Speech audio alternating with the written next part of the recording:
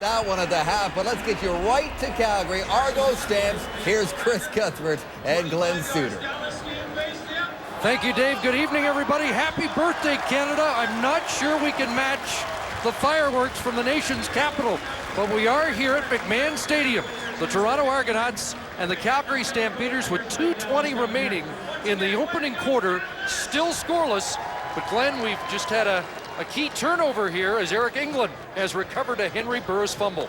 Yeah, Henry Burris has looked nervous for the Calgary Stampeders in the opening of this football game. He's had 4 overthrows already and just fumbled the football, turned it over to the Toronto Argonauts. But fans across the country really haven't missed anything yet because there's no points on the board. There's been a lot of penalties early in this game. I think both teams, well, at least the Calgary Stampeders a little nervous. No, we were glued to that other game too. There's Tom Higgins, who makes his Calgary Stampeder head coaching debut. Former linebacker here in 1976, also an assistant coach. And Michael Clements, who has applied for Canadian citizenship. And his team, the Grey Cup champions, looking for their first win after a hard-fought loss last Saturday night at home against the BC Lions at the Rogers Centre. Tonight's game is available in TSN HD, high definition for picture clarity. Visit tsn.ca HD and call your digital cable or satellite provider. So the Argos take over the football at the Calgary 54-yard line. Damon Allen dumps it off underneath, and John Avery lunges to the 46. Avery, the starting running back tonight, in place of Hakeem Hill, the rookie who got the start against the Lions. Of course, to remind fans, John Avery was part of last year due to injury, came back and is now healthy and ready to go. He had a couple of problems that weren't related to last year's injuries in preseason. Hakeem Hill started the year last week versus the BC Lions. But it'll be John Avery in the backfield for the Argos tonight. Saw him take off on an 8-yard run earlier. It's 2nd and 3, and Allen to pass. Reverses his direction and throws downfield and has an open receiver at the 22-yard line. A catch for Arlen Bruce. Difference between Damon Allen now in year 21 than Damon Allen in year 4 or 5 of his career. Damon Allen would always have taken off and run with the football in that instance. This time, he shows patience. He comes back to the outside, and by the time he gets out there, number 5, Arlen Bruce, has worked himself back to the football. Rule of thumb, deep guys when the quarterback scrambles come back, short guys go deep. 4 catches for Bruce last week, but there were 4 or 5 drops by the Argo receiving corps that cost them that game. 23 yards for Bruce, a pump, and now a wide open man in the end zone, and Tony Miles does hang on. He turned it into an adventure, but it's a touchdown. Well, he caught it 3 or 4 times, but he'll only get credit for 1 touchdown catch. Nice pump fake, a double move by Tony Miles on the outside. Damon Allen, you're going to watch him do the old pump fake to the right. He looks right at Tony Miles, pump fake there. Now he's going up over the top, and look at a wide open Tony Miles, number 1 receiver in the preseason. And Miles catching 1, 2, 3, 4, hang on. Well, he must have heard that Ottawa was pretty exciting in their comeback win against Montreal and tried to just make that one a little more exciting than he had to. Prefontaine adds the extra point. Miles, just a couple of touchdowns last year, of course, an All-Canadian in 2003. So the Argos strike first here at McMahon Stadium. The major score coming with 30 seconds to play in the opening quarter.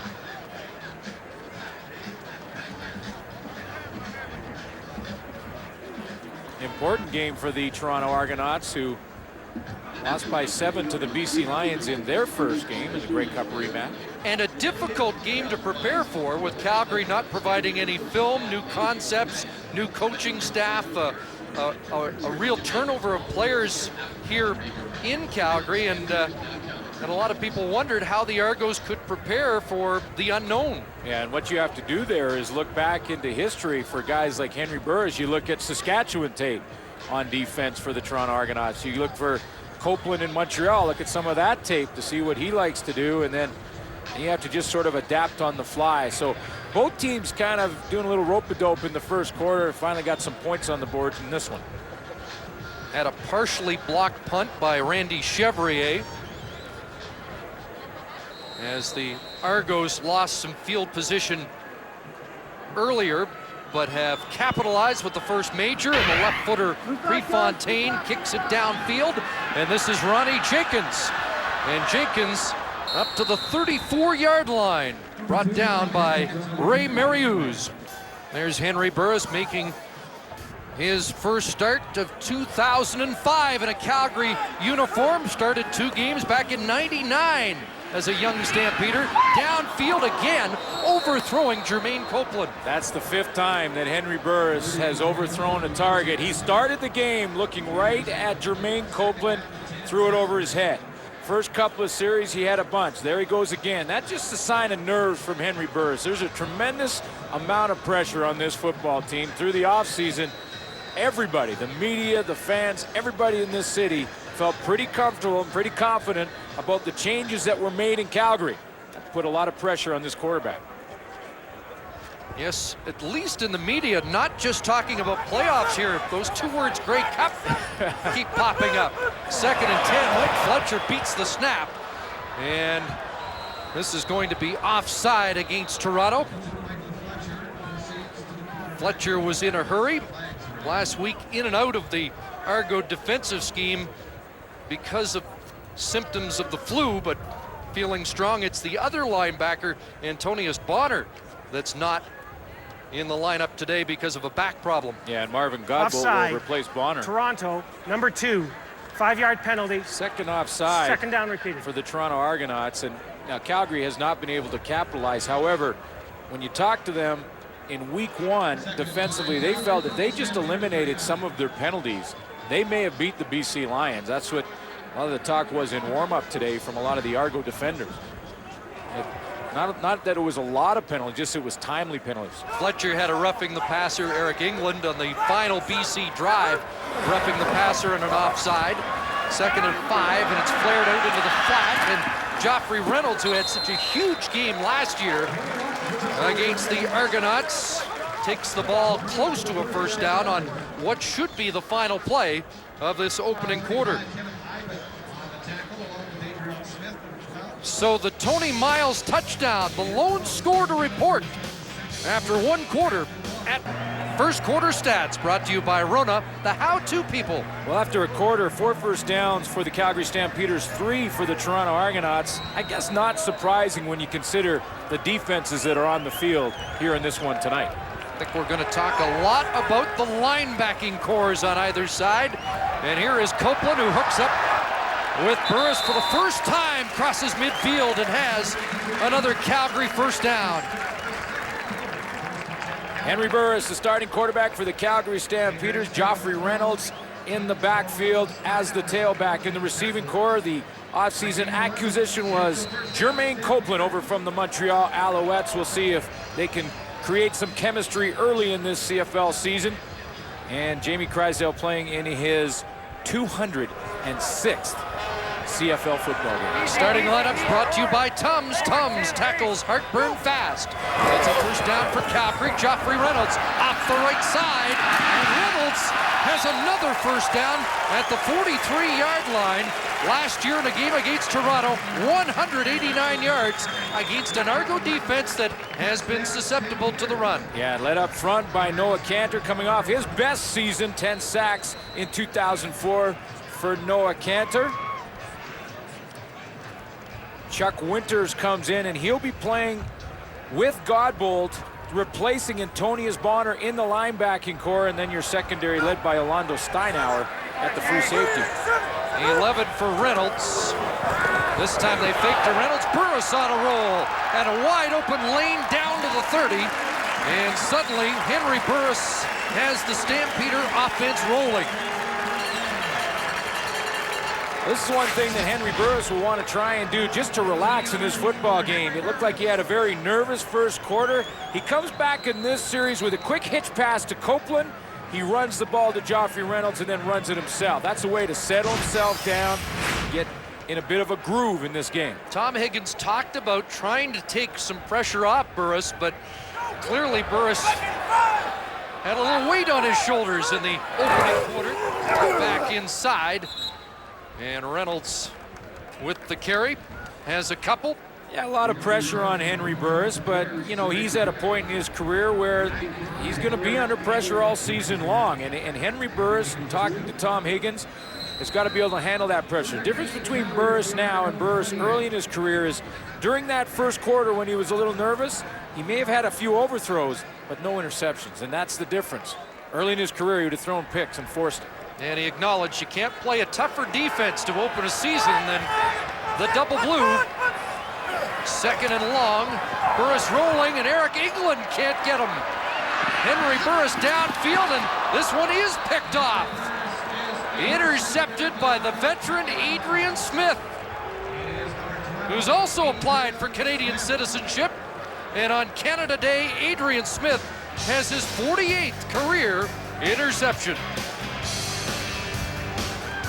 He snuffs a promising Calgary drive. Yeah, and just a ball that Henry Burris shouldn't have thrown into double coverage. Adrian Smith right on the money.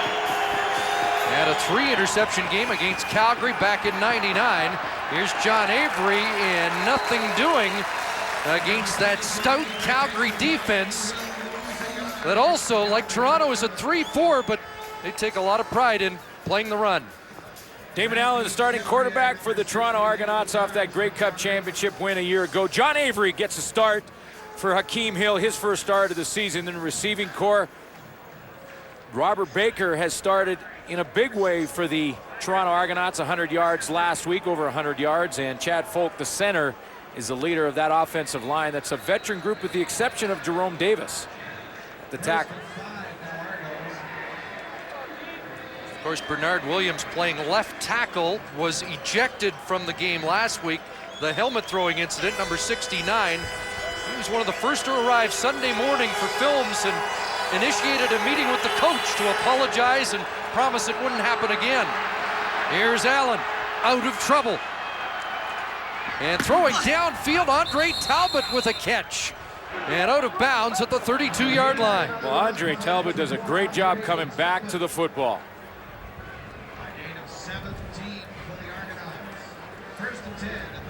Andre Talbot had the deep route. He was going way down the sideline. When he saw his quarterback in trouble, as I mentioned earlier, the guys who have deep routes come back to the football, and Talbot works all the way back in behind the coverage of Jermaine Chapman.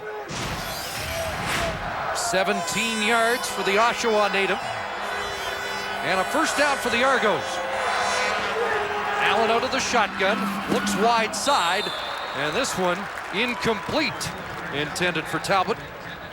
Damon Allen faces a strong Calgary defense. The strength of that team last year, Demetrius Maxey leads the 3 defensive linemen. Of course, Calgary playing a 34 defense with 3 defensive linemen down in the 3-point and 4 linebackers led by Scott Coe. But they're all great. In fact, I call them the Fantastic Four back there with the movie about to make its debut. And there's the secondary, and the only veteran really back there is Joey Bosa. As Tom Higgins acknowledged that secondary will be tested. 2nd and 10, and here they come. And Demetrius Maxey, the former Argo, an Argo in their Grey Cup wins in '96 and '97, celebrates a sack. Interesting celebration for Demetrius Maxey, and he's capable of a big, big year. Last year, just 6 sacks on the season. Well, I say just 6 pretty good year, but he's not blocked. As Jude St. John just disappears from that hole, Mike Mihalik, and he is free to Damon Allen, who had no chance. What was there, 75 points in the first game of the doubleheader? We're not getting up there in this game, not with these 2 defenses. Prefontaine's kick. Kenyon Rambo, who has NFL return experience, up to the 45-yard line, and a 17-yard return. However, there is a flag. Daryl Barron is the referee tonight, making his CFL head refereeing debut, a native of St. Boniface, Manitoba. And the indication it's going against Calgary. Well, the Stampeders were offside on an earlier punt in the first quarter that kept a drive alive. Now that was 3rd and 2, kept the drive alive. This was 3rd and a bunch because of the Demetrius Maxey sack. So they may have a chance to kick it again and see if they can get some better field position out of it. It was 3rd and 17. Offside, Calgary, number 24. 5-yard penalty, 3rd down repeated.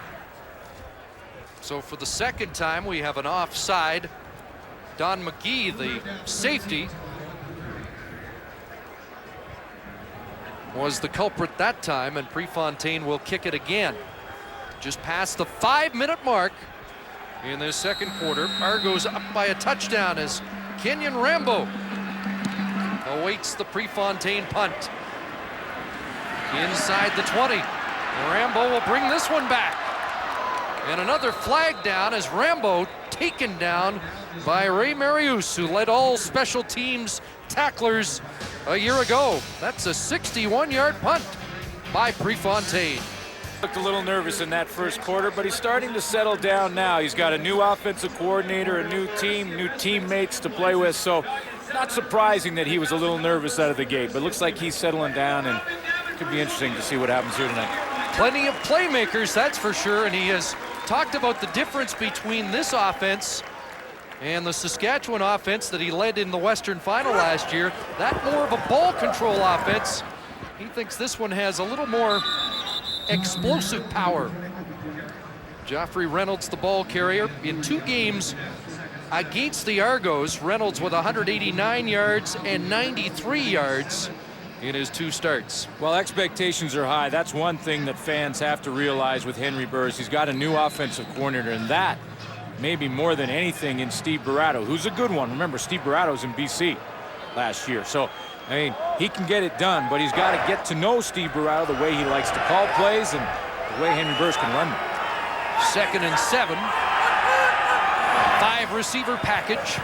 Burris with time, dumps it off, and Reynolds to the 35-yard line has a 1st down. And this may be the biggest thing in the second quarter. The biggest difference from that in the first quarter was just play calling between Steve Barato and Henry Burris. And in the first quarter was a lot of rollout. They went down the field, big bombs a couple of times, trying to make something happen down the field early. In the second quarter, they've settled down a little bit, dumping the ball on the quick hitch screens, getting Joffrey Reynolds involved in the ball game, and trying to just move the sticks rather than get the big play. Argos felt that one advantage they might have is preparing against 2 Steve Barato offenses in consecutive weeks. Burris couldn't find anybody, and he's dragged down at the 40, dropped the football, and the Argonauts have it. So Henry Burris coughs it up, and Orlando Steinauer, the safety, comes up with it. It looked like Henry Burris wanted to throw on this scramble the entire time, and I'm not sure that he ever tucked that ball under his arm. Watch Burris go out to the right side. Now he wants to throw it here. Now he's in trouble. Well, he did get it underneath. It comes out, though, it looks like, before he hits the ground. It looked like Kevin Iben came over the top. Here's Chuck Winters. He gets first contact. Here comes Iben, and that ball comes out right there. So Kevin Iben, the triple nominee from the Argos a year ago, a big play, 2nd turnover. Allen in trouble and gets it away. There's Talbot coming back to the football again for another catch. Did you see that move from Damon Allen? I mean, Brian Clark has him in the backfield. And these are linebackers now. These are fast linebackers in the Calgary Stampeders. Clark is in chase. And Damon Allen just does a nice little move. He looks like he's going to double back, fakes Clark, comes forward, and completes the pass down the field. 9 yards to Talbot. Watch this little move. He breaks out here now. He looks like he's gonna peel back. No. The ageless one, and he'll sneak to get the 1st down.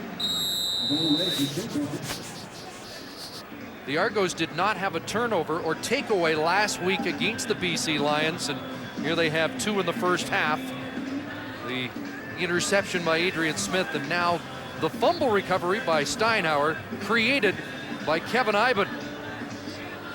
Yeah, they were, after week 1, a -2 in the giveaway takeaway category. And what you'll find by the end of the year is that the team that are in the minus part of that statistic are usually teams under 500. And part of the reason the Argos lost game 1 was because of that giveaway takeaway ratio. But this is a ball hawking defense the Toronto Argonauts have, and they're a big play defense, so they will get their turnovers. You know, when I talked to the Argo defense in Halifax, that was one of their priorities this year, to add to their turnover totals. They were 4th best last year, but they felt if they could rally to the football a little bit more, they could get their nose around the football more, they'd create more of those turnovers and be a little more dangerous on defense. First down, here comes the rush. They dump it off. Avery, another catch, and John Avery is down to the 10, close to another first down. Great block by Mike Mihalik on the screen pass, designed to go to the backside of the formation. Mike Mihalik, number 59, comes across, and John Avery just cuts right off his block. Here Avery sets up, makes it look like he's going to block Scott Cohen, then slips out of the backfield. Now he's got the football. Here comes Mihalik. Big block there, and that gives John Avery the yards he needs. There was a penalty marker on the play, however. And we just had Robert Baker take a shot at Raheem Abdullah as the two teams were conferring with the officials. Not sure if that went detected. Major foul, unnecessary roughness after the play, Toronto number 4. Dead ball foul, it'll be a first down. So Talbot is charged with unnecessary roughness. Game 1 for the Toronto Argonauts, they had 115 yards in penalties and lost a close one. That's the length of the football field. Penalty came after the first down by Avery. And at the 25. Allen back to pass. Open man, Talbot. First down and a swivel to the 12 before he's brought down. Jermaine Chapman on the tackle, but John Avery, they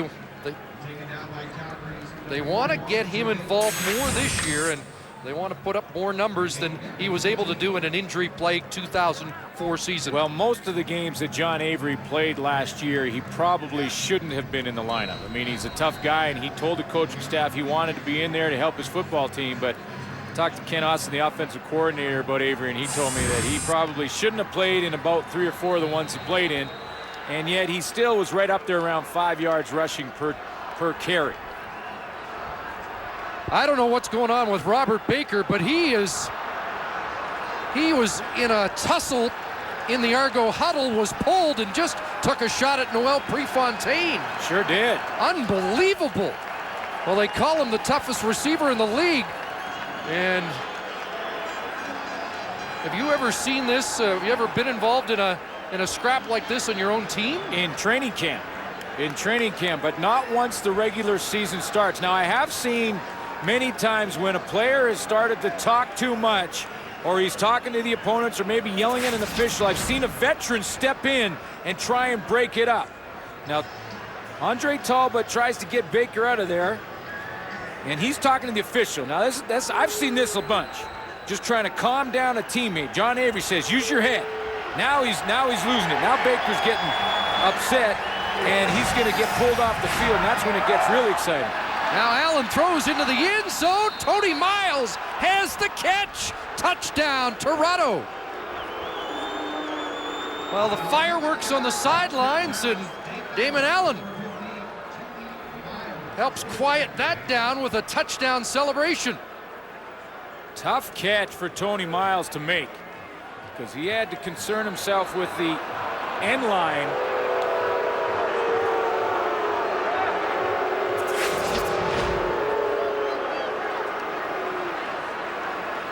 Ball thrown right to the corner of the end zone, and Miles gets that right foot down inside the white stripe. What a catch from Tony Miles. Working against Ben Kelly, a newcomer on the corner. On at TSN.ca. Chris and Glenn. Well, Dave, Tony Miles has matched his touchdown total of last year here in this first half with a couple. Ronnie Jenkins with the kickoff return. So Tony Miles is the touchdown maker, and it's Robert Haymaker Baker. Yeah, and his own teammates. What a throw from Damon Allen. He has to drop it right in the corner. You mentioned Ben Kelly, his first start. And here's what happened just prior to that touchdown. Baker gets pulled off. Now he goes over, and Prefontaine wants to tell him to calm down, and then things get pretty heated over there. In fact, Baker gave Prefontaine a shot to the mouth, and he was actually bleeding when he came out to kick off. Well, a team that is noted for its togetherness, and that was the theme of a Grey Cup championship, so it is rather startling to see this on that sidelines.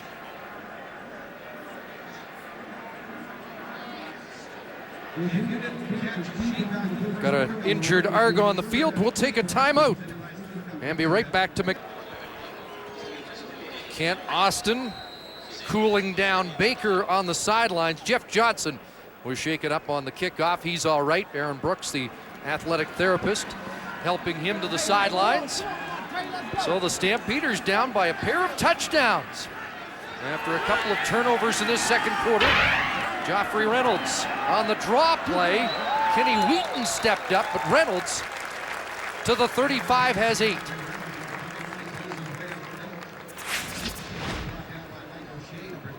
One more time on this fight on the sideline, and you mentioned it, Chris. I've seen it a bunch in training camp. Happens all the time. And Prefontaine's trying to calm him down, and I'm not sure what was said, but there's the left hook. And Prefontaine was bleeding after that shot, and they're still trying to calm each other down over there. And Ken Austin's got involved now, the offensive coordinator.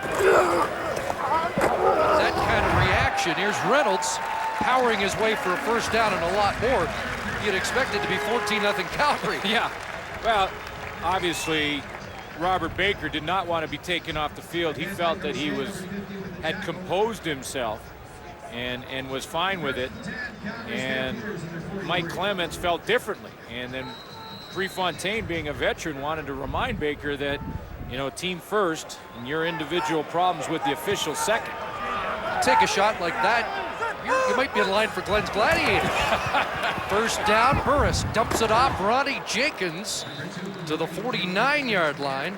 Ronnie Jenkins, a man that's been likened to a Thomas Haskins style player in this Calgary lineup. A guy who can run the ball, catch the ball, and has blazing speed. Yeah, and against this 34 defense, if the Argos had any challenges last year on defense, it was against the run. They ranked 7th in the CFL last season. 6 for Jenkins, 2nd and 4.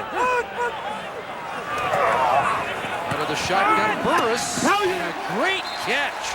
Laying out for that, the Rookie of the Year last season, Nick Lewis.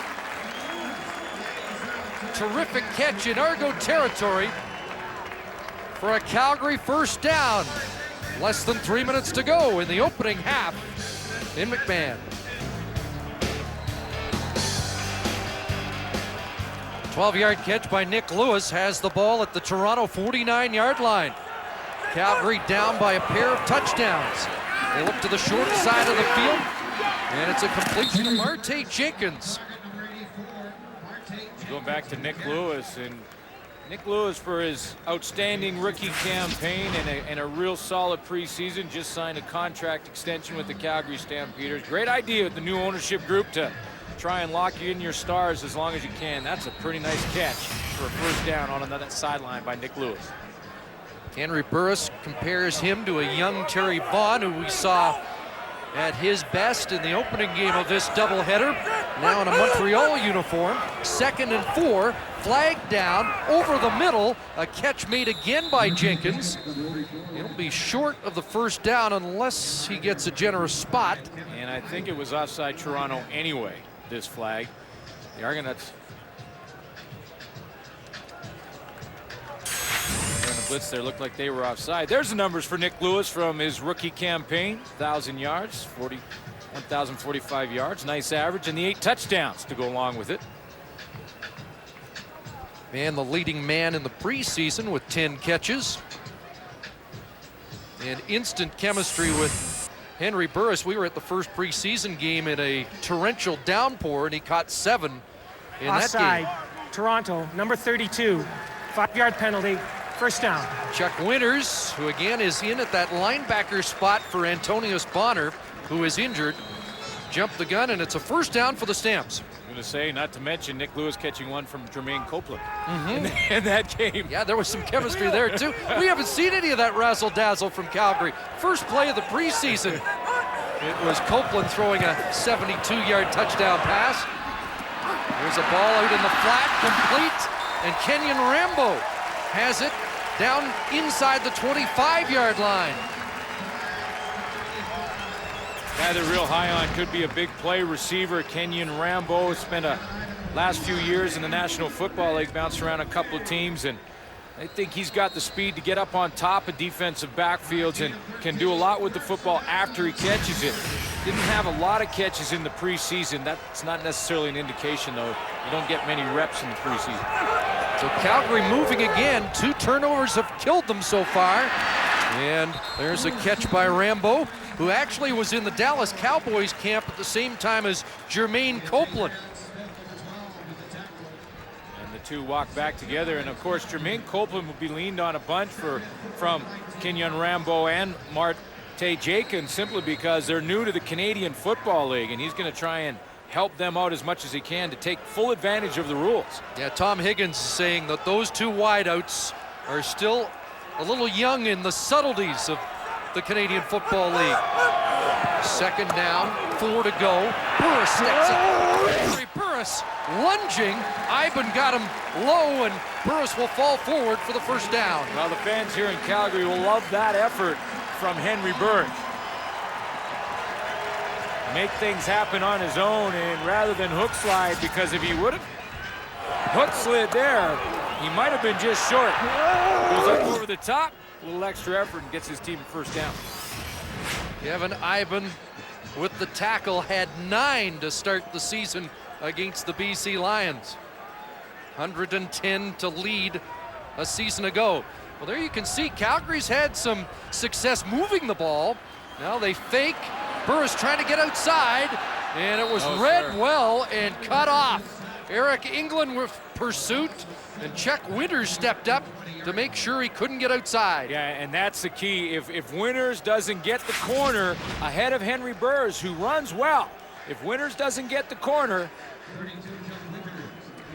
and cut off Henry Burris to the outside, Eric England never gets there. See, Chuck Winters, 32, jumps out there, gets in front, makes Burris turn right back into Eric England's arms. So back at the 19, it's a loss of 6. Second and 16. 5 receiver set. Burris pumped, and now looks the other way. A completion to the 10, and Jenkins hangs on. And that will bring up third down. 35 seconds remaining. Tom Higgins taking his time to make the decision. It's 3rd and long, and you'd think he wants some points on the board for sure heading to the locker room. Without question, and to get something positive out of what was a very good drive from the Calgary Stampeders late in this second quarter, to move the football down the field methodically, use a lot of the weapons, including Joffrey Reynolds. A lot of the short passing game, you got to come away with points. So Sandro DeAngelis, the rookie kicker, a native of Niagara Falls, will attempt an 18-yarder. 6 for 6 in the preseason, and now they're going to call timeout. Mike Juhas, the holder, saw something he didn't like. I think he sees one short. And what does he? Trying to count him up.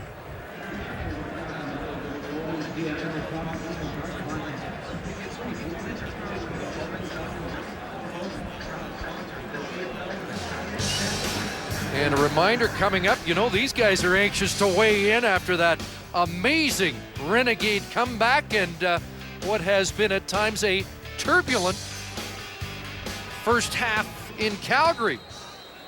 The good ship Argo took on a little water, but they're leading by 2 touchdowns pending this field goal attempt by Sandro DeAngelis. And DeAngelis' first kick in the regular season in the CFL is good. I don't know if they've ever exchanged punches on the panel. Yeah, that happens off air. That happens off air. They go at it. I'm sure it's over the Wendy's burgers. So Tom Higgins sees his young place kicker hit his first one. He had a surprising comment yesterday. He almost wished that both Burke Dales and DeAngelis would have had a little trouble during the preseason to work their way through adversity. Everything went so well that they haven't had to deal with any of the negative yet, although Dales had a couple of short punts in the first quarter, so there may have been some butterflies for the rookie punter out of Concordia. A good start for Sandro DeAngelis, though, to have a little chip shot for his first kick in the regular season. I thought he played real well. He had a 39-yarder in the first preseason game. Chris, you mentioned it was pouring rain in that game. It was a soaking wet football. It gets real heavy. He hit a 39-yarder there and didn't really face any adversity in the preseason because he was pretty good. Yeah, showed a strong leg in BC with 48 yards, 41. And so Calgary rewarded with a field goal. They've been able to move the football against the Argos in this first half. But again, an interception and a fumble have put them behind the 8 ball. Bashar Livingston awaits the kickoff with 13 seconds to play in this first half. Flag down. Livingston finds some room on the sidelines before another kick returner, Marte Jenkins, takes him out heavily. Let's see if this flag negates an impressive Livingston return. And it will. And for the Argos, that's too bad Holding. because Toronto, number 90, on the run back. Chuck 10-yard Walsh. penalty, first down. Yeah, I think that's the one thing, Chris, that Mike Clements will talk to his team about at halftime, and that's the penalties. A couple of offside penalties. Defense have been trying to time up some blitz and haven't been on time. In fact, jumped the gun a bunch of offsides, illegal blocks, and it's put their football team in a hole. Even though they're up on the scoreboard, that's one area they can improve. And they felt that this would be a game of adjustments with such little film on the Calgary Stampeders to go on. Allen's going to air it out, and he finds Arlen Bruce down the middle, and Bruce up to the 50, but no time left on the clock. And that will do it for this first half, a half in which we saw Tony Miles snare a couple of touchdown passes from Damon Allen, and the Argos have the lead. And hi again, everybody. Dave Randorf, Jock Climbey, Matt Dunnan, Chris Schultz. Nobody's throwing punches in here. I don't know, what are they talking about? Scrapping 24/7. That's right. So the Argos, the defending Grey Cup champions on the road, have a 14-3 lead. We're going to talk about that, but we got to start. We've got to start with the incident, and we'll start with the illegal representation on the panel here, just in case there's any lawsuits developing. Really, that happens very rarely in public like that during a game. Look at you guys. Yeah. Go ahead, Jack. I'm not thinking anybody needs a lawyer quite yet, but you know, this is something that you just don't see very often. Yes, there have been incidents where you've seen people argue in the sideline with an outright punch, and I just want to go back and have another look at this and see if we can figure out what happened. Shortly before this, Robert Baker took a punch at a guy on a Calgary team, but was not penalized for it. What's interesting to me about this is how Prefontaine actually seems to initiate this altercation. He takes a left cross right there as a result of it, and this is just something that's going to make Pinball Clemens sick, because he is a guy who prides himself on being able to bring a football team together. He does it exceptionally well, and he is going to be heartsick over watching this play itself out on national TV. Yeah, I don't know. I can't get it. You know, there's been plenty of tiffs on the sidelines I've been involved with personally, you know, and had to break up. But a guy that really not worried about it right now is Damon Allen. Damon Allen's in full control of this football game, and he continues, in my opinion, Jack, be in the elite category as far as quarterbacks go across the league, and it's because he still has the ability to do this. Buy time and create. 21 years in the league, and he's doing this, outrunning Grace to the corner, throwing a strike to Talbot. And again, we see him just making things happen. Now he's buying time, fakes right, sets the D lineman on the ground, and again, finds his receiver. Damon Allen, this is why he's so incredible. Over 62,000 yards receiving, he's got 11,000, almost 500 yards rushing, 21 years of football. He's still fun to watch, Schultz. And a quarterback that could have success like Damon Allen, but doesn't have the same level of confidence as Henry Burris.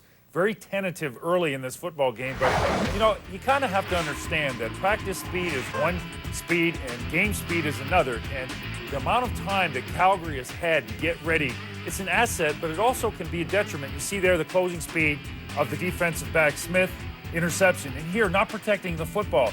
Protecting the football in practice is one thing, protecting the football in a game is another. Henry Burris will have a better second half this time around because he'll get used to game speed. Yeah, obviously a jittery start. Those guys said it, and they were bang on. 2 fumbles by Burris leading directly to the Argonaut touchdowns, both of them by Tony Miles. Here's a look at the first one.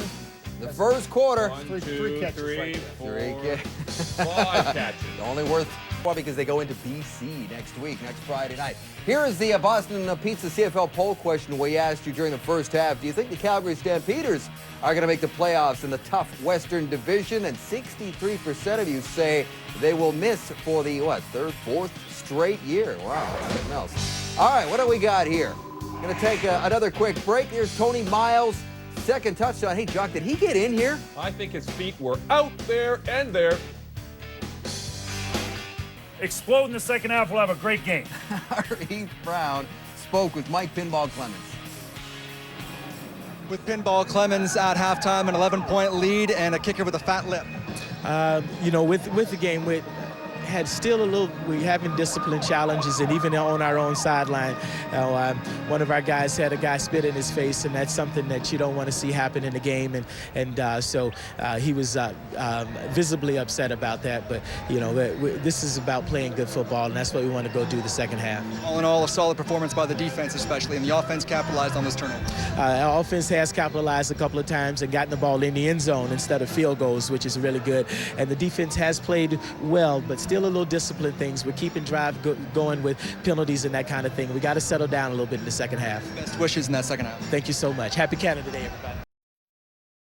Happy Canada Day from Calgary!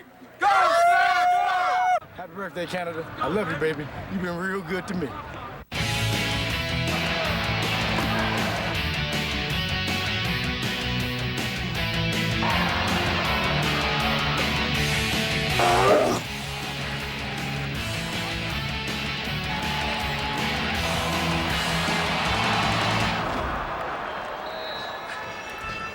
Headed to the second half of our second game of the doubleheader, an 11-point Argo lead as we join Jermaine Franklin on the sidelines with Tom Higgins. Coach Tom Higgins, Henry Burris had a tough first half. What did you say to him? Secure the ball. We put some glue on his hands. No, seriously, relax. And again, try not to do more than you can. But again, turnovers are going to win the football game. And if we can hold on to the football and try to create some turnovers, we'll be right in it. This is nothing, this type of score. A lot of points could possibly be scored in the second half, and hopefully we can score some. Thank you very much, Coach. You're welcome. Yes, there were some positives for Tom Higgins. His team moved the ball, but Damon Allen was the guy that found the end zone twice to Tony Miles. Yeah, both perfect throws to Tony Miles as well. And when you compare the numbers, Henry Burris, as we heard, got off to the slow start. The first quarter had his problems with about 4 or 5 overthrown passes, but did get on track in that second quarter, 13 of 19 for 112. Damon Allen's numbers a little bit better, and he has those 2 touchdowns. Again, 2 Burris fumbles and the interception, the biggest difference in this game so far. Bashar Livingston back, and DeAngelis will kick things off on a beautiful night in Calgary. Marlon Bruce slowed up and steps out at the 23-yard line. Mark Calixta down quickly to make sure Bruce didn't go anywhere. Well, both touchdowns for Tony Miles were different type of routes. The first one was a double move where Damon Allen pump faked, and that opened up Tony Miles. He's wide open. He made that one interesting. This is just a great catch. That's nothing but a fade route down in the end zone on Ben Kelly, and a real nice catch. Keep his feet in bounds for his second touchdown of the game. Again, Miles, just 2 touchdowns in an injury-plagued 2004 season. Argos start inside their 25. John Avery. Couple of yards there for Avery. Chris, you heard Mike Clemens at halftime there talk about maybe the biggest challenge for the Argos right now is themselves, and the challenge of becoming more disciplined out there, not just on the field either.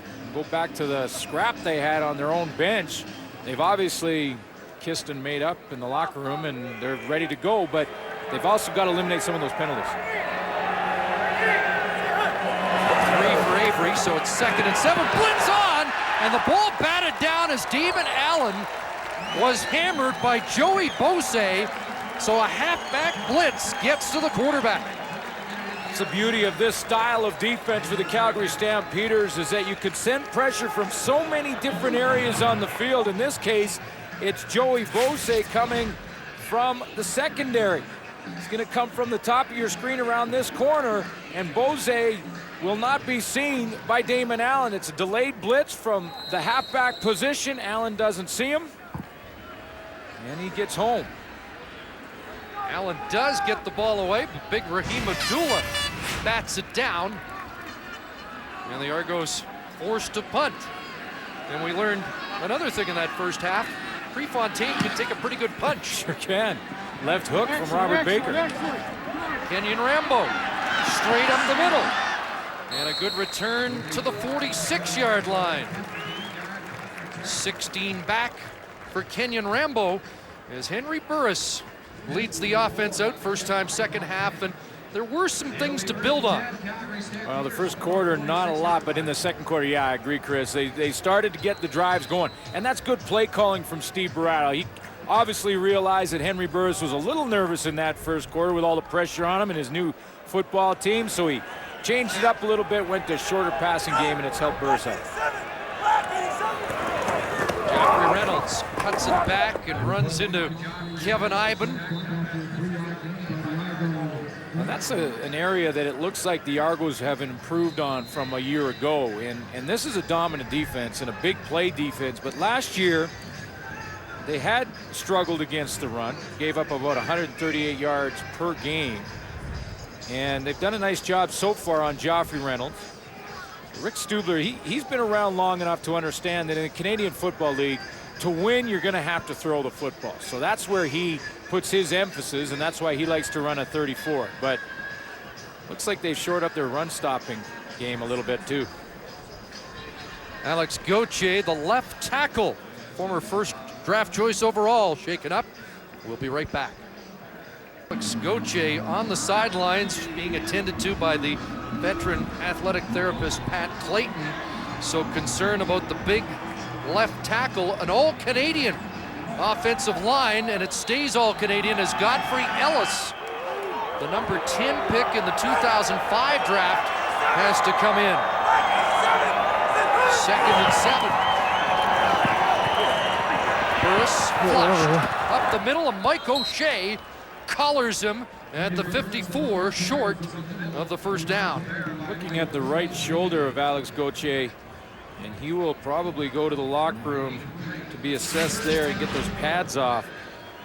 Left tackle, right down here, that's Gauthier's position. Just see if we can see how he was injured. Michael O'Shea steps up on this running play and gets up underneath the right arm. You can see Gauthier just grab that arm immediately. I have to get the pads off him to get him in the locker room to check it out a little bit more thoroughly. First ever draft choice of the Renegades in 2002, and he's had an injury-plagued career so far. A knee injury and back problems have kept him out of most of the first 2 years. Here's Alan Bruce, and he's hauled down by George White at the 29-yard line. Well, he does not like us to talk about his age, so we'll just say he's ageless. And I think Pinball Clements was accurate yesterday when he said that right now Damon Allen's playing as well as at any time in his career. Well, you look back to the Grey Cup championship game, completed 67% of his passes in that one for a yard shy of 300. It's not a bad performance in the biggest game of the season. Damon Allen led the team to the Cup championship, and he can play a couple more. First down, the fake to Avery, and steps up, and R.J. Soward, first time his number's been called tonight, and he's unable to reel it in. Well, a reminder, next Friday, more doubleheader action as we watch what should be an interesting tilt. The 2-0 Edmonton Eskimos and the 1-1 Alouettes. And then the 1-1 Renegades go out to BC to meet the Lions. Energized, no doubt, after that remarkable 23-point come from behind victory tonight. Yeah, when you looked at Ottawa's schedule to start the season, a lot of people thought they may be 0-3. Congratulations to the Renegades. 2nd and 10. Allen finds Talbot loose on that far side.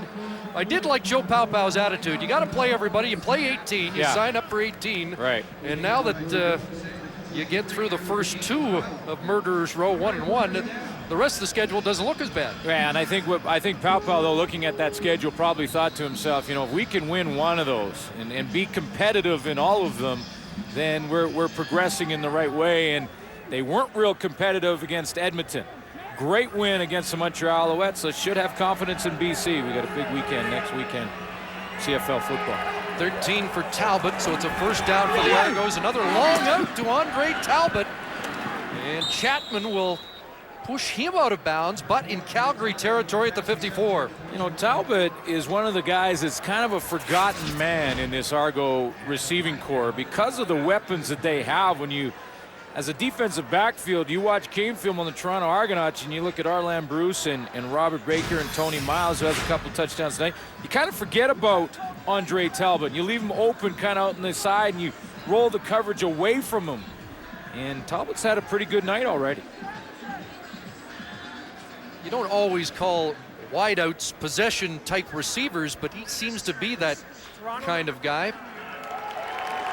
It was a roughing call, actually going either way. I saw Sheldon Napastuk at the end of that Talbot catch involved in a tussle at the line of scrimmage. He was heated up, and so Calgary's got him to the sidelines, and Randy Chevrier alternating with Napastuk at nose tackle for the Stampeders.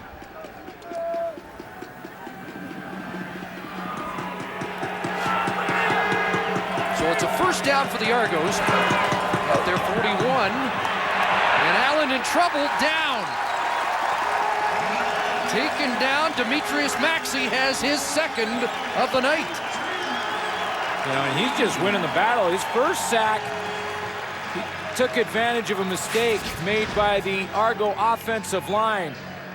This one right here, nose guard, Demetrius Maxey has just got to win his one-on-one battle, and he does that. This against Mike Mihalik. You can see he gets underneath and good leverage on Mike Mihalik, drives him back. Mihalik just can't slow down the momentum of Demetrius Maxey, and by the time Damon Allen recognizes it's too late. Loss of 2nd. Maxey, a 2-time All-Canadian, showing blitz is Grace. Abdullah trying to track down Allen, who turns it upfield, complete. And there's Andre Talbot again, his 6th catch of the night, and it's a big Argo first down. And how did Damon Allen get the football out of there? I thought he had run out of room on the sideline, rolling to his left. Just magic. Whether you're 22 or 42, it doesn't matter. Look at Damon Allen on the full roll. Now, how he gets this out of there. He's got it in his left hand, then he switches it back to his right with George White right in his face. Andre Talbot, again, working to get open with his quarterback in trouble. He's done that a couple times tonight. 27 yards to Talbot. Now the fake to Avery. Look to shovel it. Under pressure, Abdullah chasing again, and this time Allen has to toss it away. Raheem Abdullah's in pursuit. He just hasn't been able to close on the elusive, soon-to-be 42-year-old. Damon Allen, 14 of 19. Great completion percentage there. 216 already and 2 touchdowns. And he's chipping away at the all-time. Of course, he's the all-time leading passer in CFL history. Warren Moon is first in all of football at 70,553. Damon Allen coming into tonight 64,524. So continues to chip away. He could do that by mid-season next year if he has a good season. He's got a few years left. Allen looks over the middle. Open is Arlen Bruce. And he broke a tackle, dropped the ball, and then scooped it back in. As John Grace made the stop and dislodged the ball momentarily.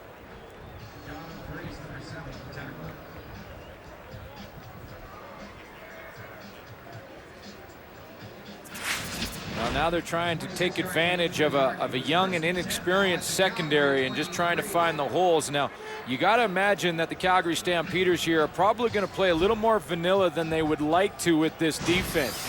They've got a young secondary, probably a lot more zone defense. Put him in man-to-man. Damon Allen is finding the holes. 26 to Bruce after a 27-yard to Talbot.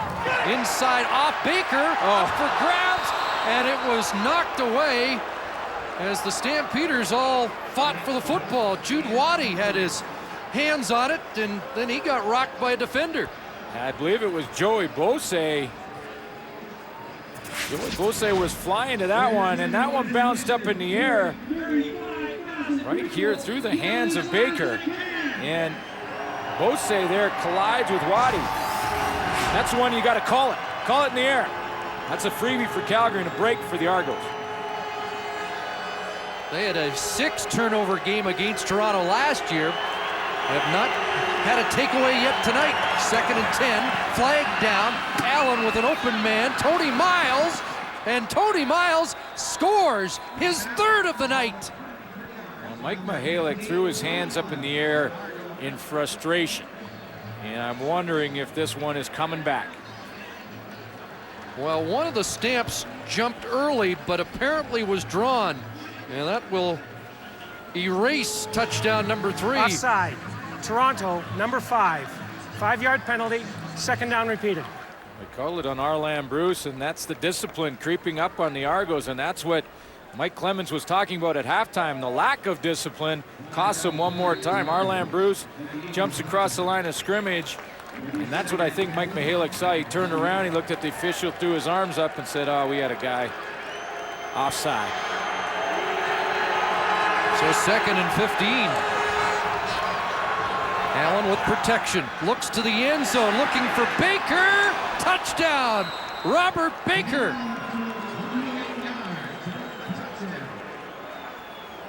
The 350th touchdown pass of Damon Allen's distinguished career as the Argos widen their lead. Well, this is a matchup that Damon Allen will go to every time. He catches Robert Baker in a one-on-one with George White, the linebacker. Now, White is fast. In fact, White may be one of the fastest Calgary Stampeders, but you get him in that back pedal, and you get the matchup you want with a receiver. And some words from the coach.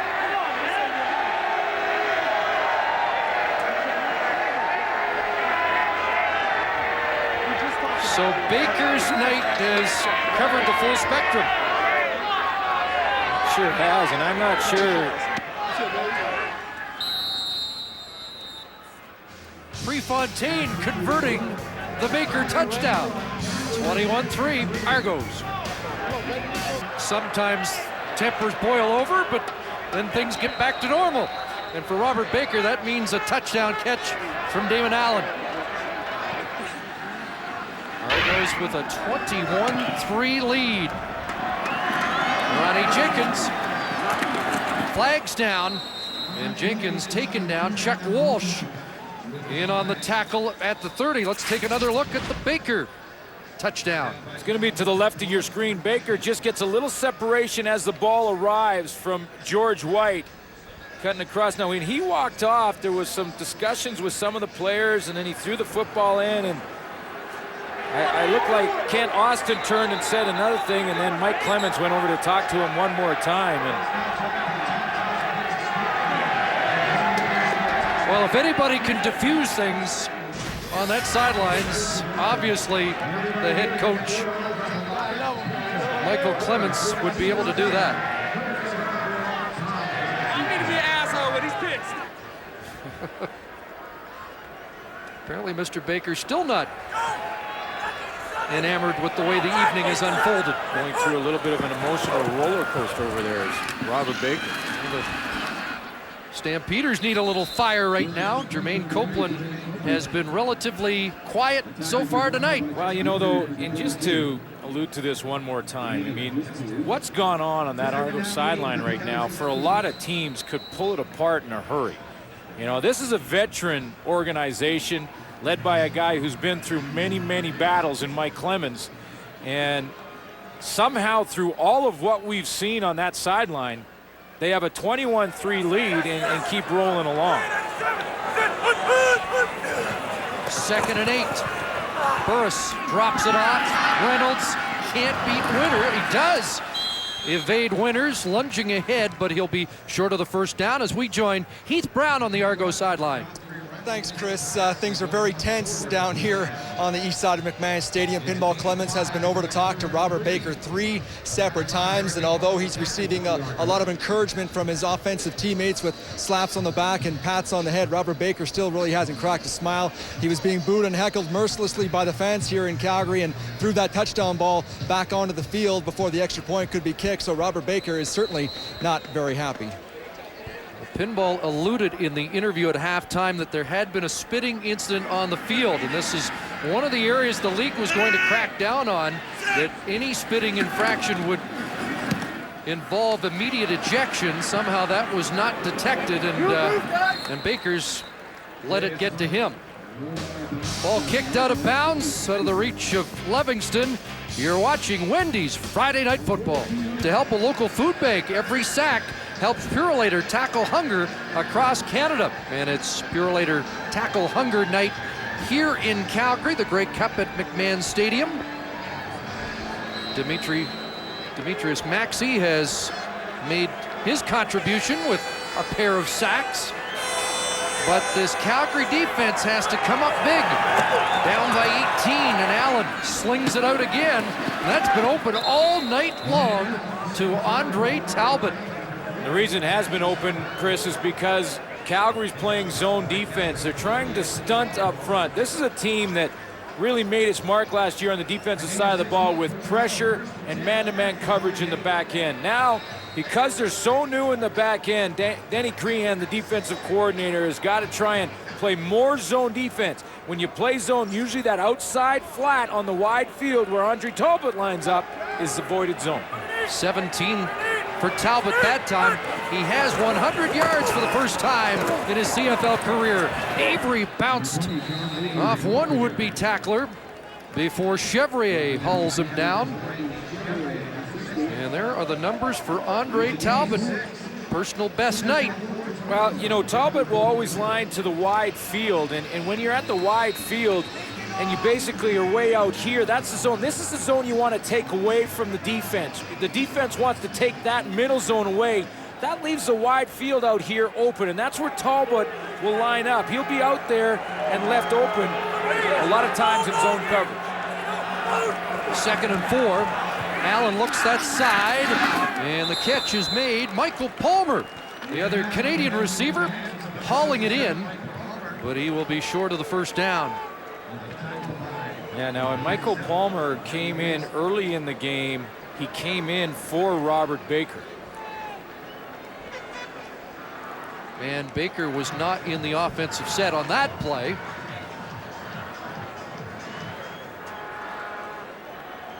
It doesn't necessarily mean he's riding the pine. No, but it raises some questions. It raises some questions, and I wonder what Mike Clements said to him over there. Maybe just take a series off to calm down and relax and get your head together. Prefontaine in to attempt the field goal. 47 as long as last year. He misses this, and the ball bouncing in the end zone, and you better get on it. Yeah. Whoa! Jeff Johnson nearly grabbed that football as Kenyon Rambo did a little juggling. Just a reminder, you can vote for the Rogers Player of the Game. Text message your vote using your Rogers phone during the fourth quarter and send to Go CFL. Noel Prefontaine was 4 for 4 against the BC Lions, but misses from 47 yards here. It's a 22-3 Argo lead. Henry Burris hands it off, and Joffrey Reynolds with a first down carry up near midfield.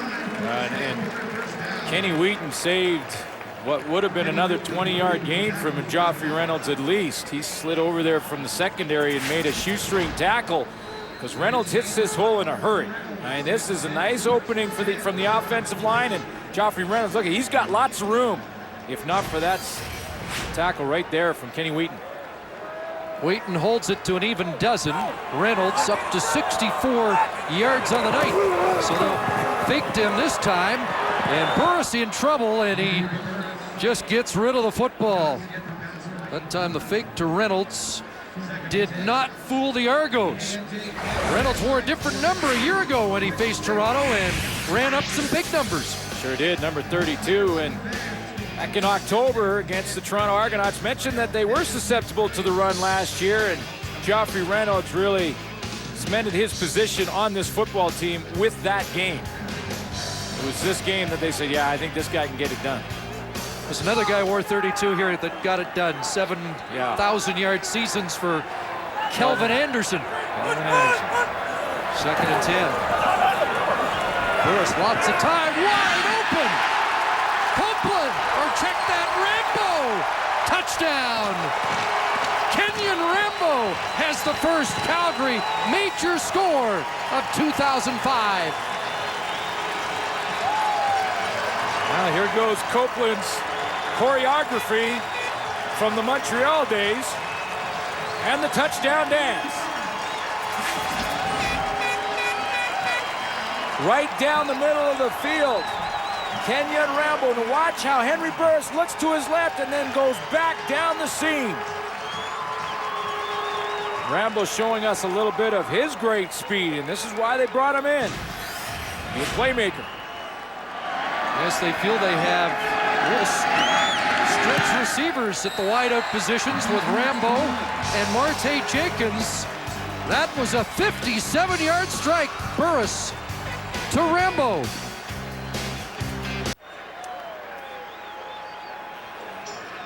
While this offense has boasted that they have big strike capabilities, and a 57-yarder from Burris to Rambo. Burris did a nice job he recognized the coverage, and he knew that Rambo was going to be his receiver right when he took the football, but he didn't look at him till the last second. He did a nice job of influencing the defense with his eyes. So Henry Burris getting things untracked a bit. Arlen Bruce on the return, sidesteps a couple of tackles and then steps into John Grace at the 35-yard line. Another look at Rambo's rumble to the end zone. Well, Orlando Steinauer, the safety here, he's got two things. He's got a seam over here that you won't see, and that's why he's got to go here, and that's why Rambo's allowed to come across the field and across his face. Orlando Steinauer has to stay back. He stays wide into the wide field. That opens up the middle zone, and no one from the backside, Adrian Smith and Jordan Younger, the corners, to get over there. And Copeland, you know, he's got to be involved with some of this choreography. Yes, the choreographer, not quite at the Alouette level yet. No, they're working on it. It's early. Yeah. I wonder if they have a two-step. So the lead is 12 for Toronto. Stephen Allen back to work, and Tony Miles wrapped up quickly by Joey Beausset, the only returning starter in that Stampeders secondary. Oh yeah, and that's something that is a concern for Tom Higgins, and Damon Allen has already taken advantage of. And Damon Allen's putting together a pretty good night. Joey Beausset is the veteran of 3 years. Denny Crehan, when he looks across the board, has 3 newcomers to the CFL playing in their first game tonight. Jermaine Chapman, Don McGee at safety, and Ben Keller. Second and short. Allen's going to aired out that long out, and this one incomplete. And it will be third down, so the Calgary defense does its job. And now the momentum shifts in the final minute of this third quarter. Might be comeback night in Canada. And why not? I was about to say before Henry Burris hit Rambo down the seam there that to remind fans that the Ottawa Renegades came back from a 23-point deficit to beat Montreal just before this game. And at that time it was 22-3, and just like that it's 22-10. You can score quickly in the Canadian Football League. Should be the final play of the third quarter as Prefontaine puffs it away. Not a good kick by Prefontaine.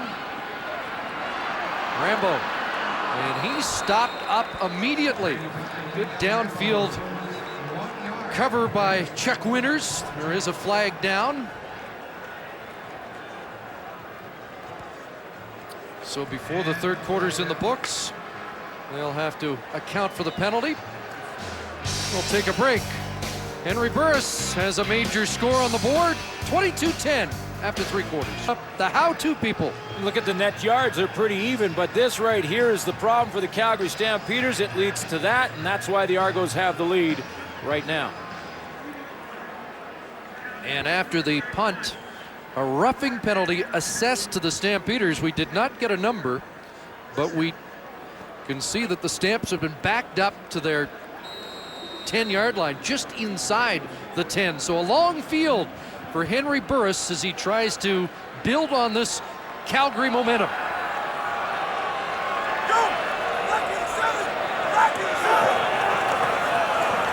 Play action. Burris going long. Jump ball. Copeland's got it at midfield as he stepped in front of Clifford Ivory. 44 yards. That's just Jermaine Copeland winning the battle when the ball arrives. Clifford Ivory thought the ball was going deep and that Copeland was sneaking in behind him and then ran past him. Copeland put on the brakes. Ivory flew right by, came down with a football. And that was a duck quacking in the wind, and Jermaine Copeland came down with it. So 3 of 6 attempts to hook up with Copeland have been successful. 99 catches 2 years ago. Well, they certainly want to try and develop some chemistry. Henry Burris and Jermaine Copeland, and if they can, boy, they've got some weapons, because remember, you got Nick Lewis in that same receiving core, and we've seen a little of what Rambo could do. Well, they took the quarter break and now have switched ends after that play, so we're in officially the fourth quarter now. And Reynolds has the football and hurdles one tackler and is down at the 42-yard line. 13 for Reynolds, and the high hurdles may have been a specialty.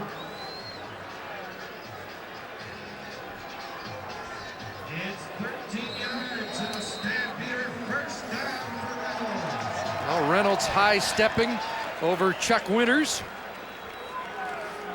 And suddenly the Stamps offense is looking dangerous. Scott Dybert in at fullback. Reynolds follows Dybert and powers his way down to the 37. That's 5 more as we join Jermaine Franklin. Thanks, guys. Alexander Gauthier, offensive lineman, dislocated his right shoulder after a play early in the third quarter. He went straight out of the stadium and to the hospital to get an MRI. George White, linebacker, also had a minor right hamstring pull, and he has been sitting out the last few plays. An update will come later. Yes, young Mark Calixte has been in at linebacker for White. Right now, it's the Calgary offense with Godfrey Ellis in place of Gauthier, 2nd and 5. And Burris looking deep, looking for Juhas, and overthrowing Mike Juhas in the end zone. Took a while to develop, and Alondo Steinauer from the safety spot got over there to help out Adrian Smith. So Juhas, when he turned around, found double coverage of 2 veterans. with a few career interceptions to their credit. 37 for Orlando Steinauer and 44 for Adrian Smith.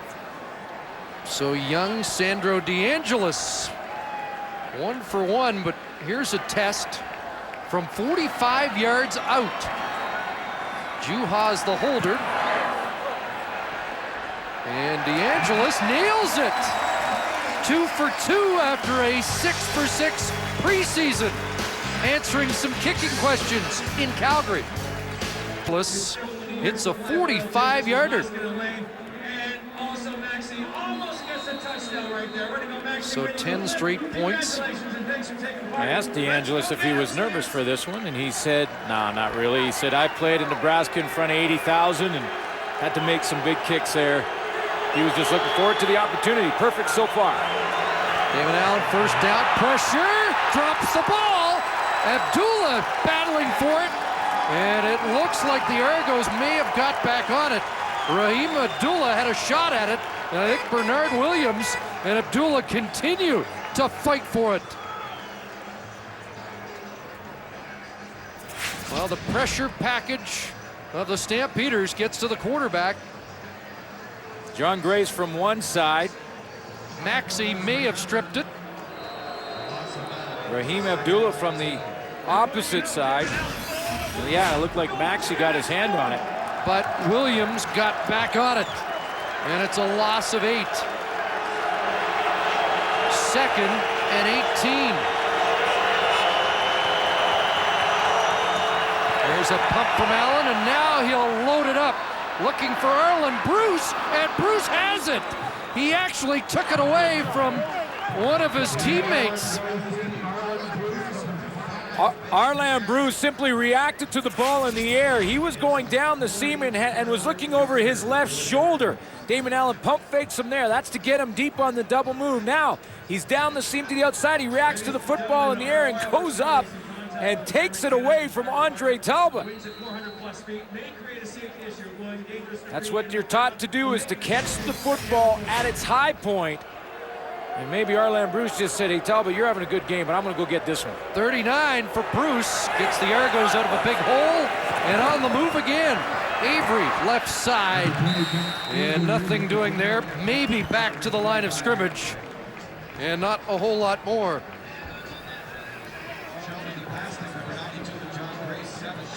So a 9-point lead for the Argos over 35,000 here in Calgary as got the season nicely underway, and the league continues this upswing. It certainly is, and it's great that right now, which is different than other years, people are talking about football, and as a matter of fact, Time Magazine has a Canadian Football League on its front cover.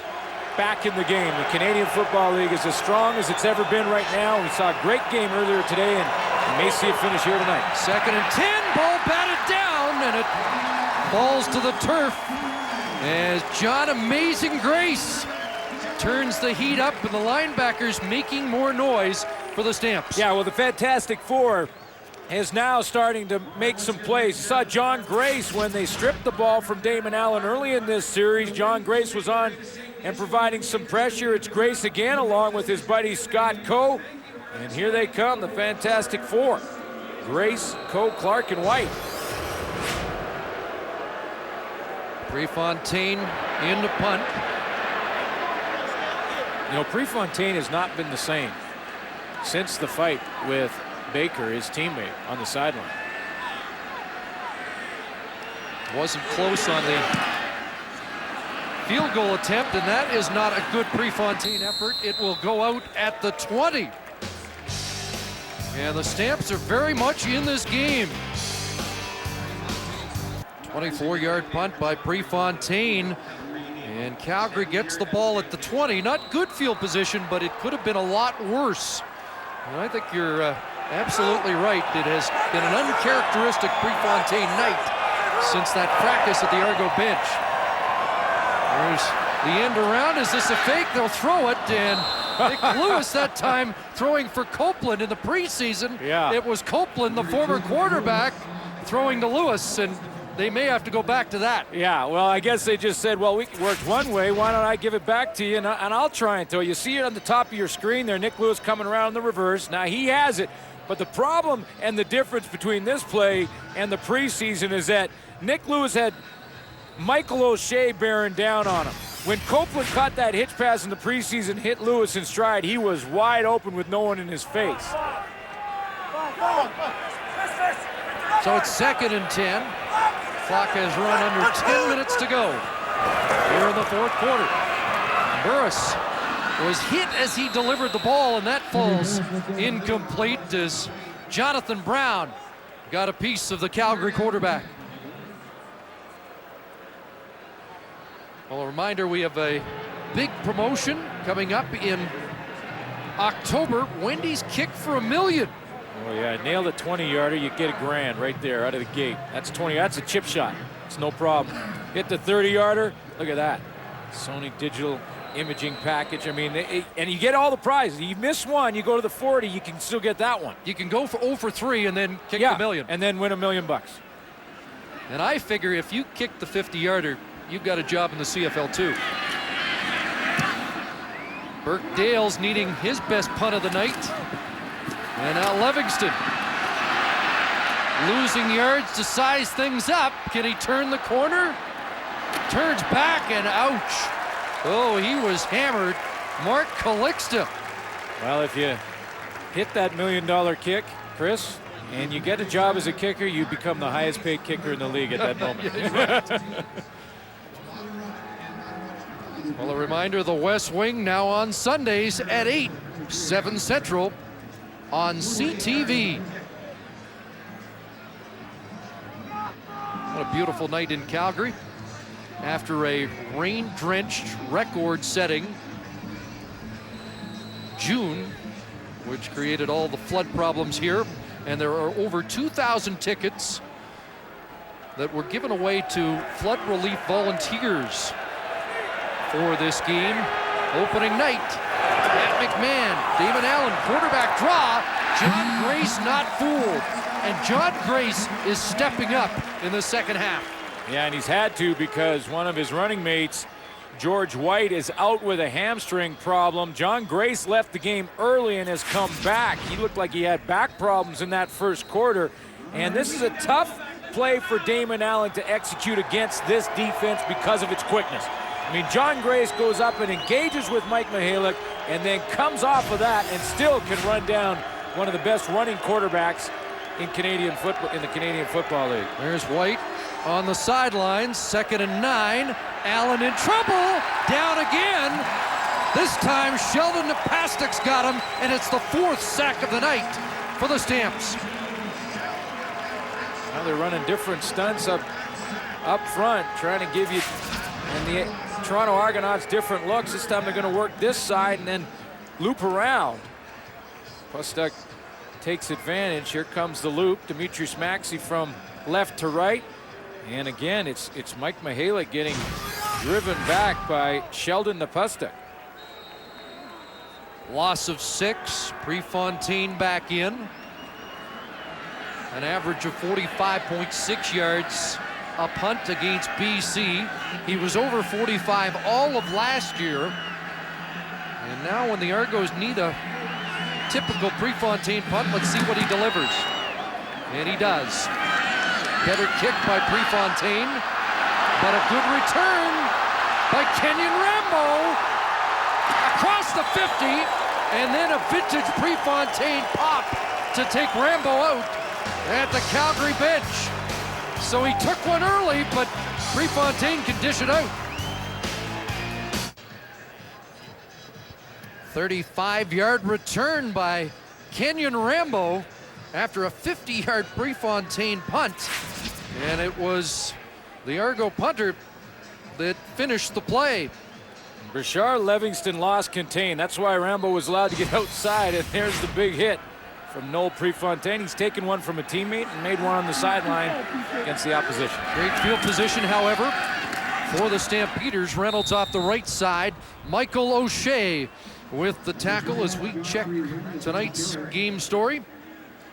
Tony Miles, couple of touchdowns for the Toronto Argonauts.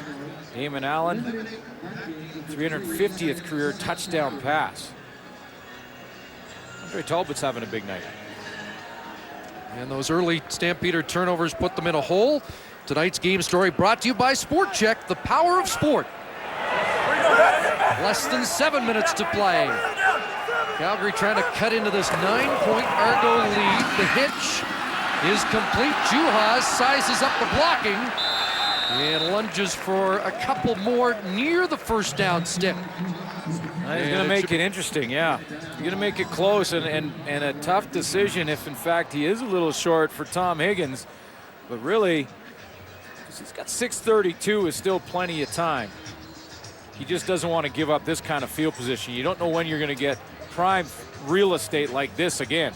This is close enough that I think Tom Higgins is going to have an easy decision. Oh, he got it. No, he got it anyway. So it's academic. Juhas with the first down. He caught a pass in every game last year for Matt Dunnigan's Calgary Stampeders.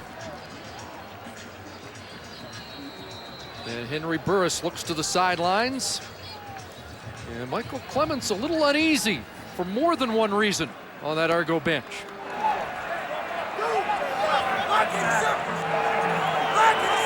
At the Toronto 47, Argo show blitz. Reynolds up the middle, and he'll lunge for another first down. 11 for Reynolds to the 35.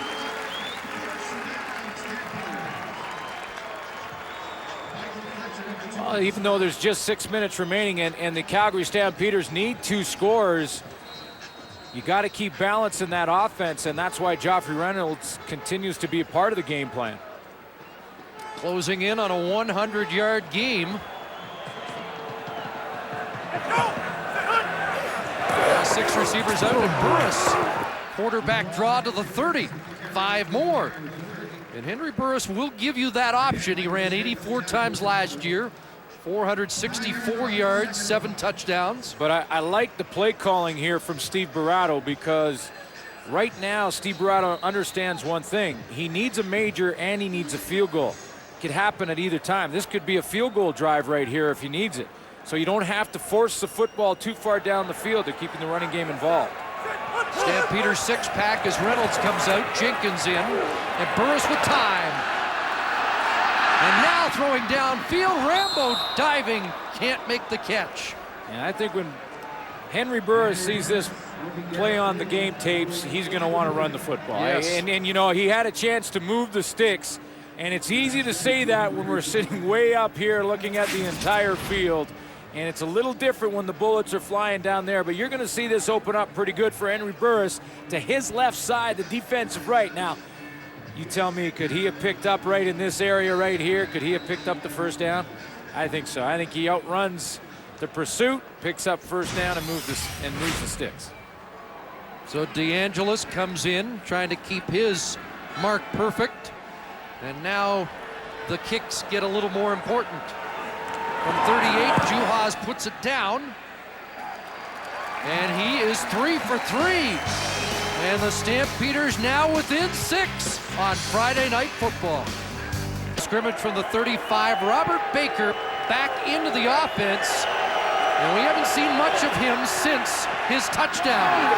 And it's the difference in the game now. R.J. Sauer to catch. Well, and he's wrestled down by Joey Bose. This is such a bigger story now than it was when the Argos had a big lead in this football game, because it's been a tough emotional roller coaster for Robert Baker.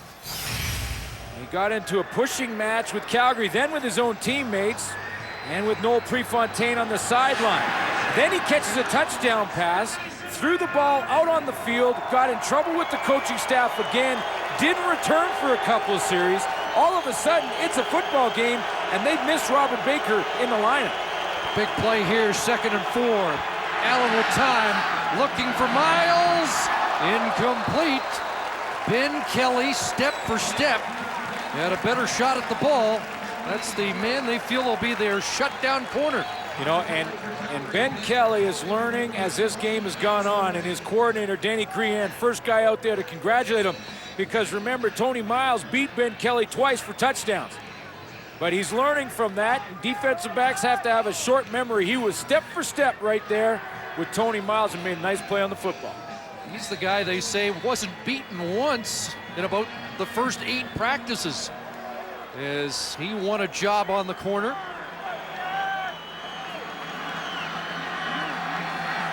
Rambo back. Refontaine to punt.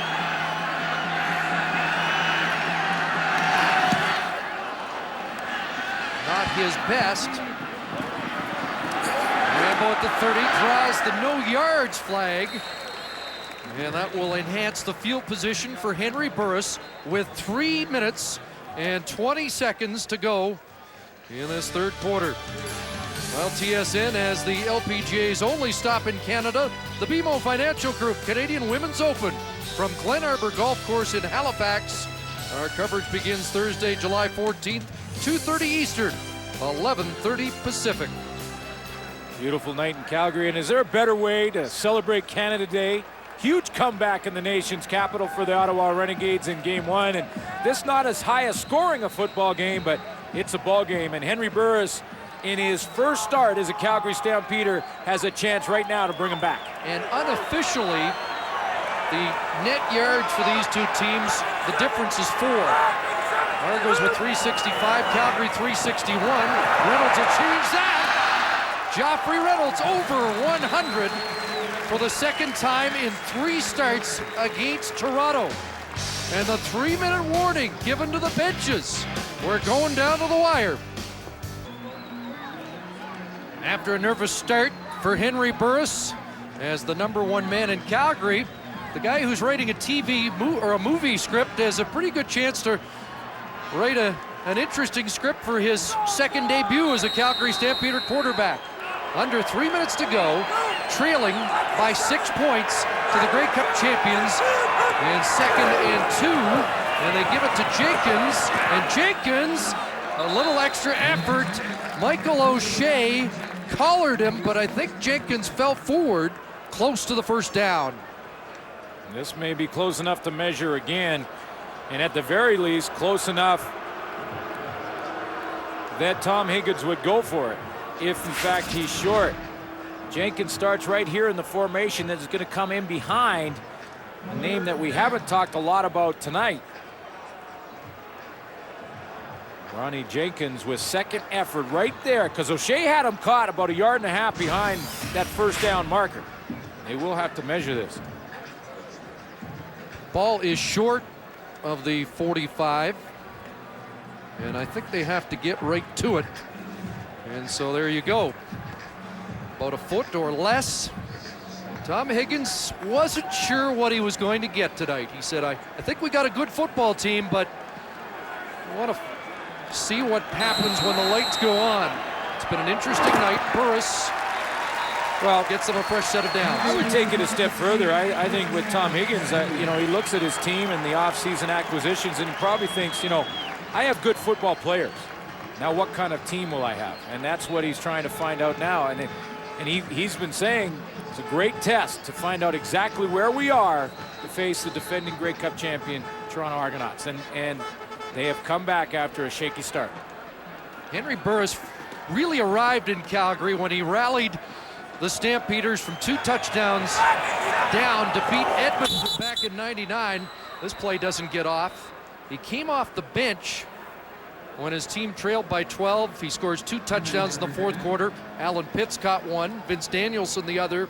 They win the game, and suddenly everybody's talking about Henry Burris, and now he's got a chance here to do the same thing in Game 1 as the #1 man in Calgary. Well, it'll be his team to lead, and that's the one thing that his teammates have talked a bunch about throughout training camp and through the preseason, is just what kind of a leader Henry Burris has become. Calgary, number 61, 5-yard penalty, first down. Well, that's the youngster Godfrey Ellis, who had to come in to replace Alex Gauthier at left tackle. And credit to Ellis that this offense has kept rolling, even with the youngster in making his CFL debut. So it's 1st and 15. Burris on a roll, open man, and a completion. Jermaine Copeland's got it in Argo territory. Jermaine Copeland uses great patience, and these are one of the subtleties that Coach Tom Higgins talked about and how he can help some of the newcomers to the Calgary Stampeder lineup. Sometimes you don't have to run full speed. Watch Copeland.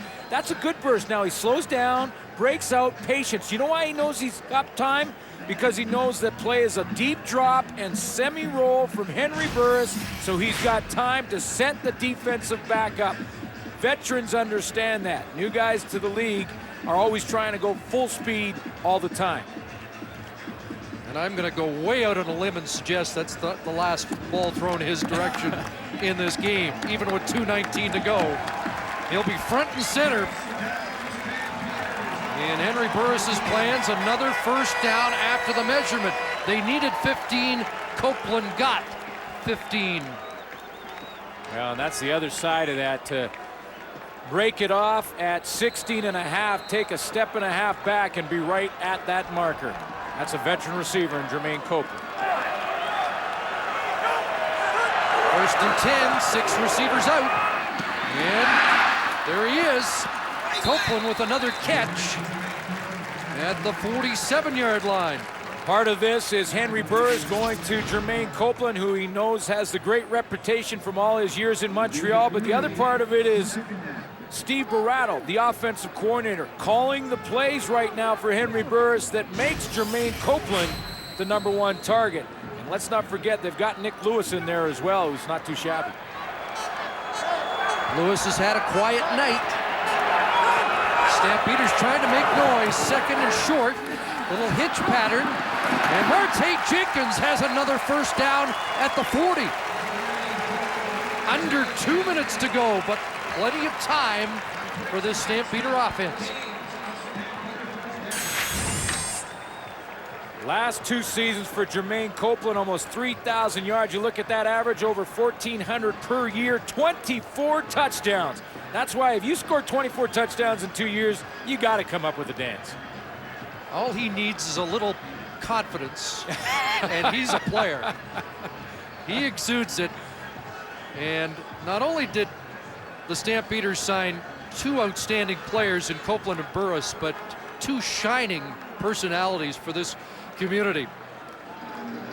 Well, they're guys that bring leadership to the team, but you're right, sell tickets as well. Got an injured Argo on the field, and it's Kenny Wheaton on the clock. Argos have some options on what they can do. Thought we might see Chuck Winters drop back. Looks like Michael Fletcher may be dropping back. First and 10. Burris steps up.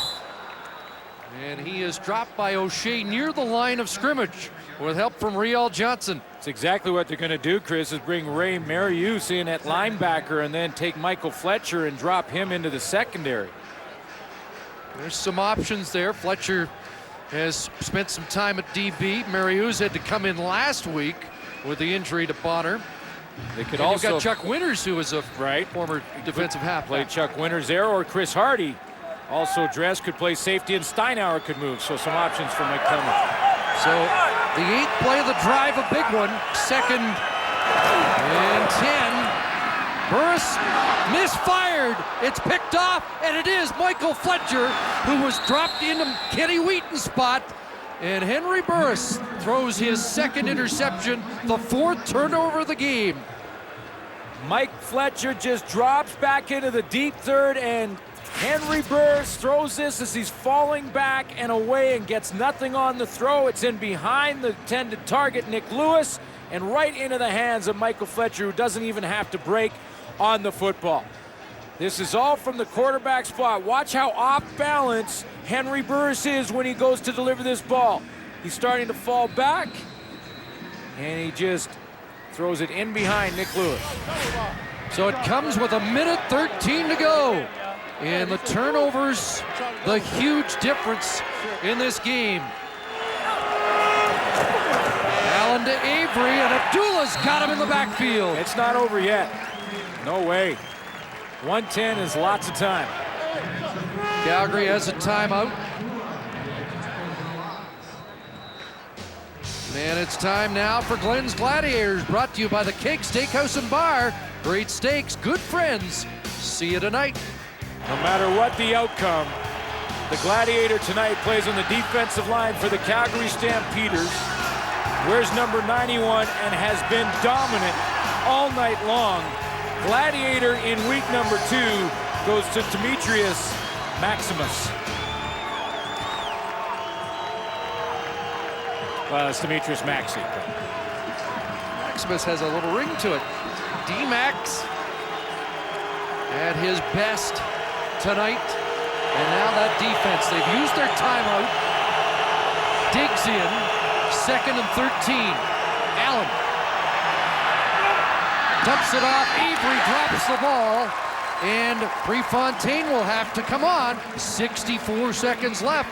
They're going to get at least 40 seconds of offense for the Stamps. Yeah, and this is just a case of John Avery taking a peek down the field, and he feels the pressure from the Calgary defense. What happens for Henry Burris now, though, is things change dramatically from the last series. Last series, he could stick with the regular game plan. He could use the entire field. He could use the short passing game. Now, because 1 minute and 4 is just left on the clock, when he gets the football, it's going to have to be hurry up and at least 1 or 2 plays over 15 yards down the field, depending on where they end up with their field position. As the clock stopped on the incompletion, they'll get more than 40 seconds. This clock won't run until the snap of the football. Prefontaine, line drive, flag down. And here goes Rambo. Returnable kick, but good downfield hustle. Marius, Jeff Johnson, as usual. 51-yard punt, 9 on the return, and again, a penalty flag. Well, this is an important call. And the flag came out immediately because this goes against Calgary. Too many men, Calgary. There may have been a holding call, too.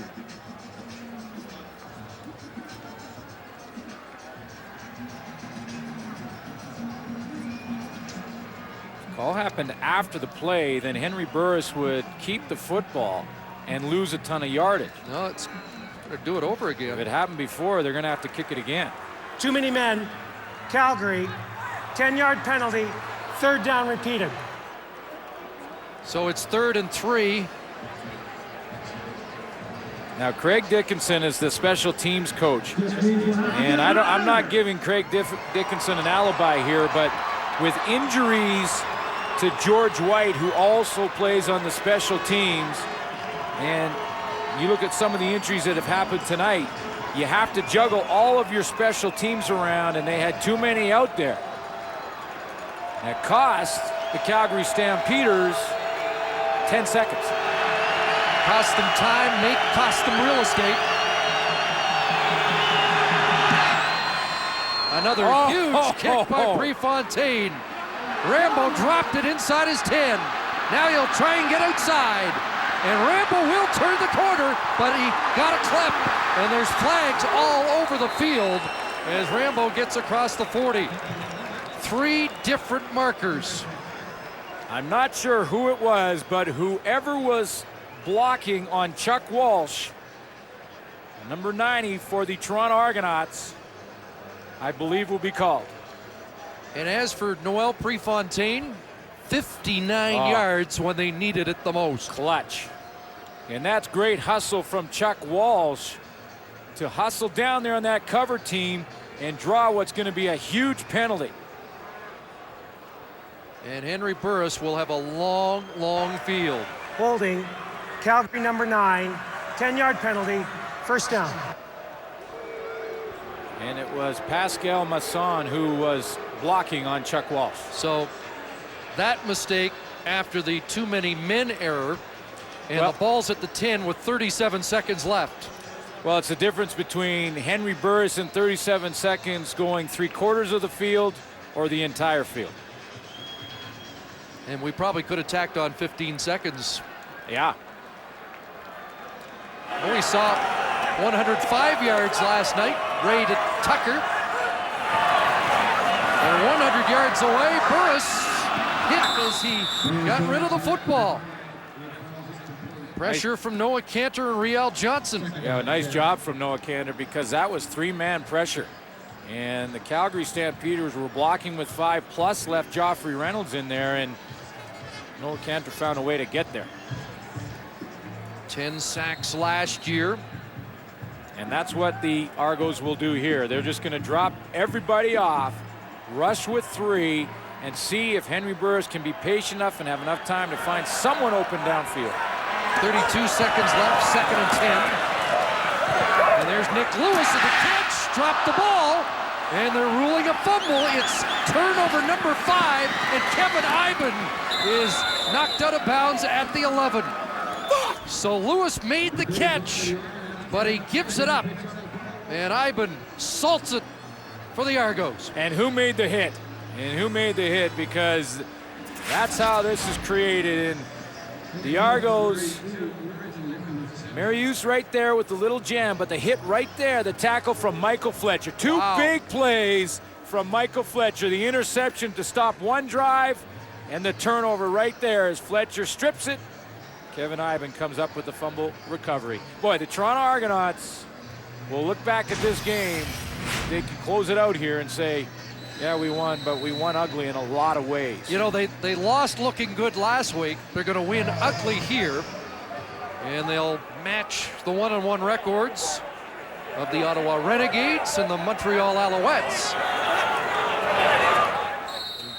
Damon Allen will put down a knee. And Calgary has had a lot of positives tonight, but 5 turnovers.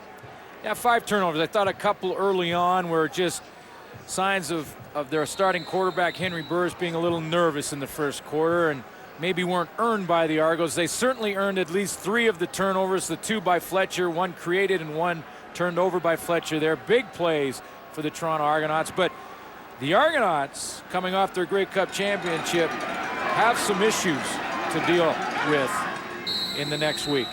And I agree with you, Chris. I thought the Calgary Stampeders, Henry Burris, looked a lot better in that second half. So it got anxious for Pinball Clements as the Stamps tried to mount a comeback. But in the end, the Argos win their